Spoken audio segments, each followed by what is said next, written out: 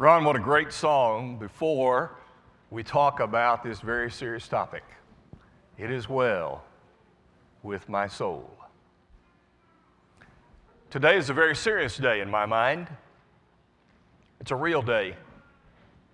Not just because we always gather here on Sunday, but because the topic, I think, is a pivotal point in our discussion all year long. Go on to perfection. It is well with my soul. Sometimes we sing a lie. For we sing without realizing what the words are saying. Can you today say that you sung that song without it being a lie? We're going to talk today about perfection through exercise. The professionals say that exercise is extremely important. Proper exercise helps us control weight, control blood pressure, control cholesterol buildup. It strengthens our joints and our muscles and our bones. Exercise is vital for life. It's that way in all of life. If you just let things sit, they fall apart, don't they? It is an oddity to me to think that by using something and making it work is better for it than just letting it sit. Every time you talk to someone in the hospital, I guarantee you the doctors have said, get up soon, walk soon, take steps soon, sit up in a chair. Why? Because we have to exercise in order to get better. The Hebrew writer in this passage talked about exercise, spiritual exercise. Notice what he said in the text of Hebrews chapter 5. He said he's talking to those who are mature. Those are the ones, that's the word that we're studying this year for perfection. Those who are mature, they are perfect. That is, by our definition, they are the ones who are letting God have control of their lives. That's the definition we are using for perfection this year. God is given complete control of my life. And what does He include in that? The use of the senses that have been exercised. He's saying that we have to exercise our spiritual senses. But he says it takes effort. It is active. We must exercise. Here's what I know. I know that you believe in tomorrow. I know that you believe in next year. And I know that we believe in years down the road, meaning I don't want to be unhealthy tomorrow, so I try to be healthy today. Next year, and years down the road, I don't want to be an unhealthy person. I want to be healthy. That's why we eat. That's why we exercise. That's why we sleep. We do a lot of things because we believe in tomorrow. Do you believe in the future as a Christian?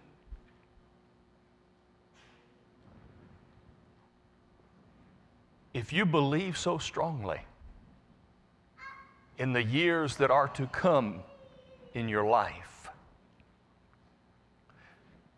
that you will eat and exercise to be healthy, do I believe enough in the future that follows this life to exercise, to be healthy spiritually. This writer, writing the Hebrew letter, obviously was writing to Jewish Christians who knew their past. I think he would have been very familiar with the Proverbs writer, Solomon of old. For a few minutes, let us hear the prescription of a healthy spiritual life. You might turn to the book of Proverbs, chapter 4, and just open your Bible there and be there as we think about what was said in that text as Solomon was writing to his son. And he introduces the topic this way. We begin at verse 10.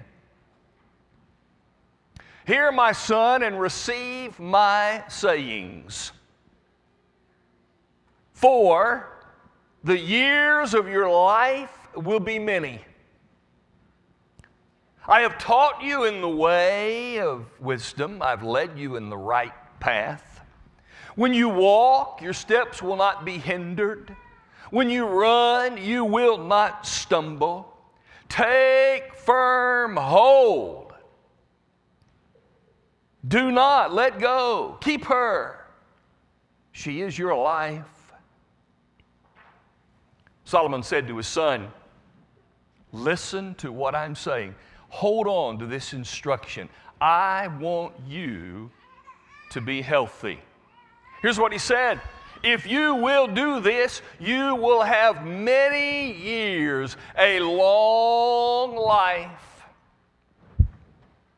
Now, by way of context, understand that the whole Jewish system was built on physical things.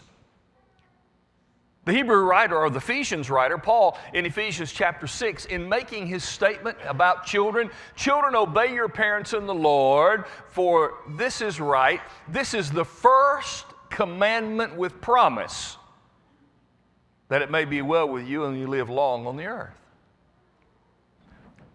The concept of the Jewish mind was, be good in order to be physically well off. God said to his people, if the children continue to obey their parents, they will have a long life in the promised land that I'm going to send you. So the equated the idea of doing what is right to living a long time. That's how they thought. There's a truth in that, isn't there? People who live a good, obedient life are much more likely to live longer. And so he's saying to his son, you want to have a long life. I want you to be healthy. You can't have a long life if you're not healthy. And so he says, I want you to be. Notice what he says about spiritual health. He said, I've given you instruction how to do it. I've told you how to do it. The mind is extremely important. The instruction that we receive is extremely important. We need to get good advice and good principles and good ideas. And the writer Solomon said to his son, I will give you and have given you good advice and good instruction. Hold on to it. I want you to be healthy. What does it mean to be healthy? Not only to have a well-filled mind of the things that are good, but to be able to walk steady. Walk steady. We know what it's like to see people whose health has faded and their legs wobble and they lose their balance. Number 3, he said, you'll be healthy, and when you run, you won't stumble. You're not fall down because your legs are unhealthy and don't support the weight. You will be able to do this. He's saying this is how to be healthy. And notice what he said. Hold on. Grip onto this. There's your health. I don't even know what they're called. It's one of those strength devices that you squeeze like this. Mine is the individual 4 things under your finger, and you just squeeze it like this. And I'll be riding in my truck, and I'll just do that every now and then. What things do you do to be healthy? Maybe you're trying to make sure your grip strength is good. Maybe you're strengthening your legs. You want to run. You want to fill your mind. That's what the psalmist, or the wise man said. I want you to be healthy, son. God wants us to be healthy. The only question is, do we really believe it is necessary? Do you really believe it? We believe well the necessity of proper diet. We strongly believe in sleep. We believe in physical exercise. But do we really believe in spiritual exercise? Solomon said, son, I want you to be healthy. Starting in verse 14, he tells his son, now listen, there's a lot of unhealthy stuff out there. Everywhere you turn, it is unhealthy. Notice what he says starting in 14. Do not enter the path of the wicked. Do not walk in the way of evil. Avoid it. Do not travel on it. Turn away. Pass on by. For they do not sleep unless they've done evil. Their sleep is taken away from them unless they make others to stumble. They eat the bread of wickedness. They drink the wine of violence.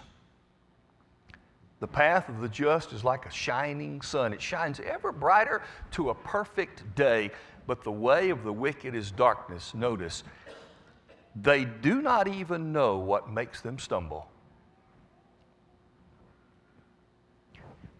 Solomon said to his son, son, out there is a lot of unhealthy stuff. I want you to be aware of it. There is a walk and a path that is not good and right. Ron began our study on these kinds of things that relate to bad things happening to good people, and he identified some truths, and one of them is, there is that which is good, and there is that which is evil. We don't really have to prove that, and yet, maybe we do. There are people who stubbornly are holding on to destructive things.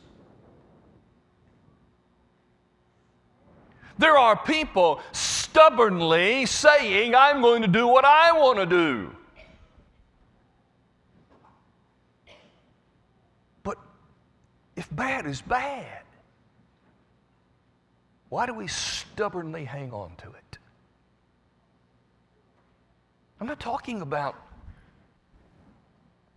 the weaknesses that we have and we continue to struggle. I'm not talking about those because we're fighting. We're struggling. We're trying. I'm talking about those who say, leave me alone. This is my path. This is what I'm going to do. And this is where I will be. There is a way that is evil. Don't walk there. Run away from it. Find a different path. Number 2, the people on that path, they don't want to be on that path by themselves. They want all of us to be with them. Notice what he said about the text.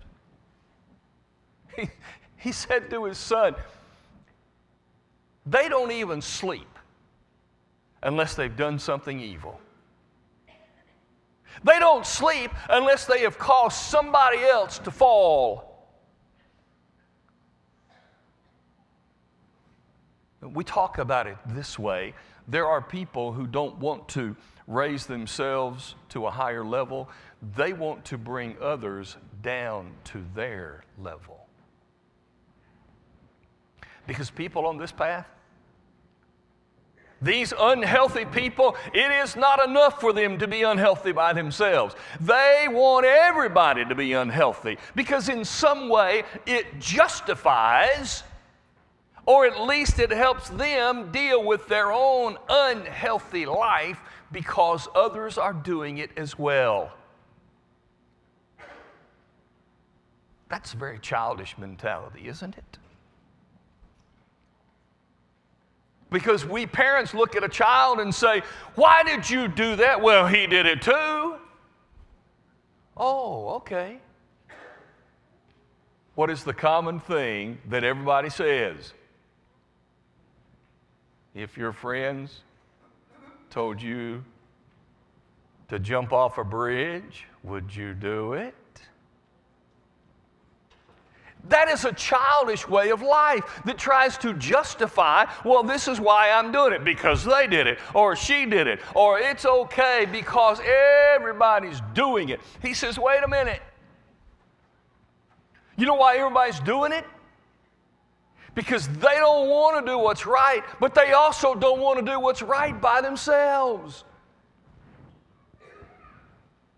Because I believe that a spark of God burns in every single life.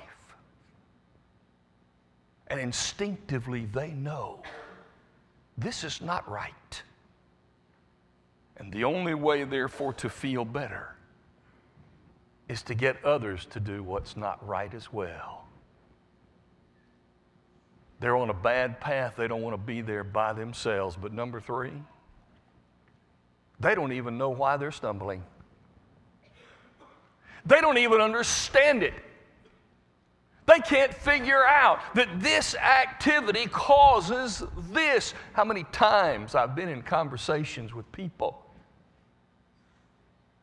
Don't you see the connection between this and this? And they don't. They don't see it. Because they want to be where they are. Therefore, they're not going to admit the destructiveness of the path that they are on and the damage that they have or leave in their own lives and in the lives of people around them. They are unhealthy. And Solomon said to his son, son, stay away from that. So what does he then tell his son to do? The Proverbs have long been the place where many people go for your practical, common sense wisdom. We're noticing in Hebrews that he says, have their senses exercised to discern both good and evil. Now, practically speaking, how do you exercise a sense? Well, tonight we're going to talk about practically. How do we do that? How practically do we exercise spiritually our senses? But principally, listen to what the Proverbs writer told his son. In chapter 2 and in verse 2 and in chapter 4 and in chapter 5, he said, number 1, incline your ear. Now that's a spiritual exercise. Incline your ear. That is, make a conscious effort to improve the way you hear. He says, son, I want you to listen. I want you to improve, strengthen, exercise your sense of hearing. Number 2, he says, I want you to have your eyes look straight ahead. Now that's exercise. That's exercise because he's saying, I don't want you to look this way. I don't want you to look that way. I want you to exercise your eyes to look straight ahead.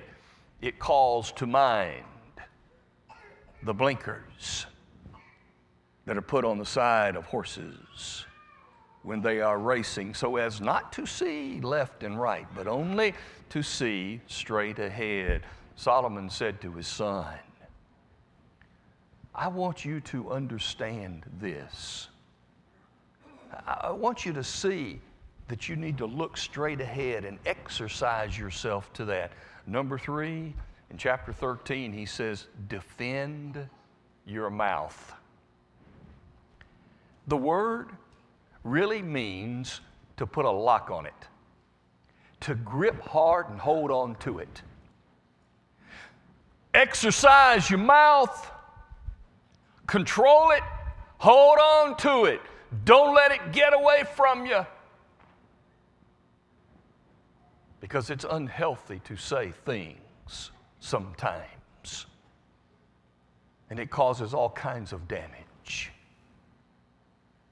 And Solomon said to his son, exercise your mouth to be able to see or to say what needs to be said. As far as the senses are concerned, he's telling me to check my hearing, to check my sight, to check the things that I say. And finally, in chapter 1, he uses this phrase, a stretched out arm. In the text, in a personified way, wisdom was saying, I've reached out my arm to touch you. Nobody listened. But that's a spiritual exercise, touch. Here's what he said.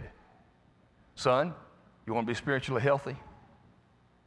Then you better be sure that your senses are in order. Hearing, sight, speech, and touch. Now, how are we going to do that? Practically speaking, we're going to give some advice from the professionals about how to learn and to have spiritual exercise. We all need it. We all have to have it.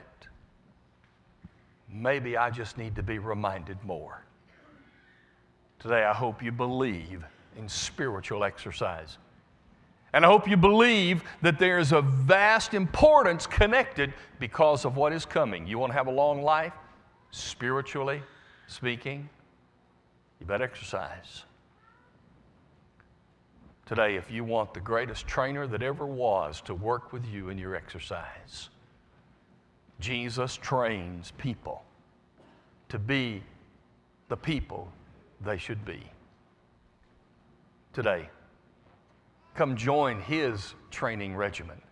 Submit to him. Let him have control. It starts when a person is willing to be immersed into water to be forgiven of sins, and then live the active life of exercise. Today, can we help you in some fashion? We're here for you. Our shepherds will meet you at the front as we stand and sing together.